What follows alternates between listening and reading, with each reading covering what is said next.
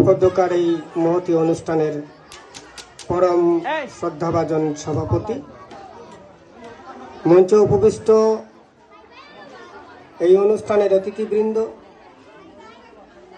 স্কুলের শিক্ষক শিক্ষিকা মণ্ডলী, আমার প্রাণপ্রিয় ছাত্রছাত্রী ভাই ও বোনেরা, সবাইকে আসসালামু আলাইকুম ওয়া রাহমাতুল্লাহি ওয়া বারাকাতুহু।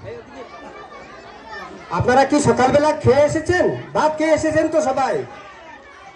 সবাই ভাত খেয়ে এসেছেন তো? তাহলে সালামের জবাব শোনা যাচ্ছে না কেন? আমি আবারও সালাম দেব, আর আপনারা এমন ভাবে জবাব দেবেন যাতে বাংলাদেশ থেকে শোনা যায় এই স্কুলের বাৎসরিক মিলাদ অনুষ্ঠান চলছে। আমি আবারও সালাম দিই, আসসালামু আলাইকুম ওয়া রাহমাতুল্লাহি ওয়া বারাকাতুহু। আপনারা সবাই ভালো আছেন তো?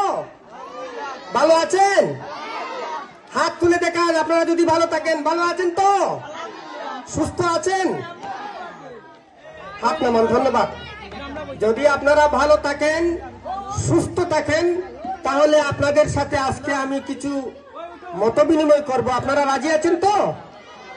কারণ আপনারা অনেক বক্তব্য শুনেছেন। স্কুলের প্রধান শিক্ষক মাননীয় গিয়াসউদ্দিন সাহেব যে বক্তব্য রেখেছেন, অত্যন্ত গুরুত্বপূর্ণ কথাগুলো বলেছেন। তারপরে আমি বেশি কিছু বলে আপনাদের সময় নষ্ট করব না।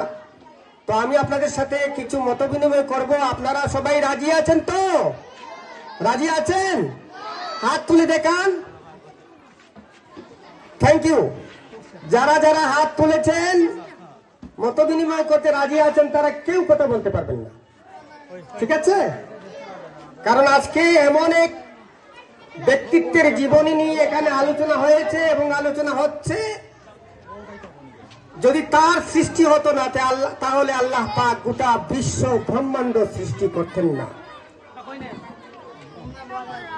বিশ্বনবী হযরত মুহাম্মদ সাল্লাল্লাহু আলাইহি ওয়াসাল্লাম এই পৃথিবীতে আবির্ভূত হয়েছিলেন। He was the messenger of Almighty.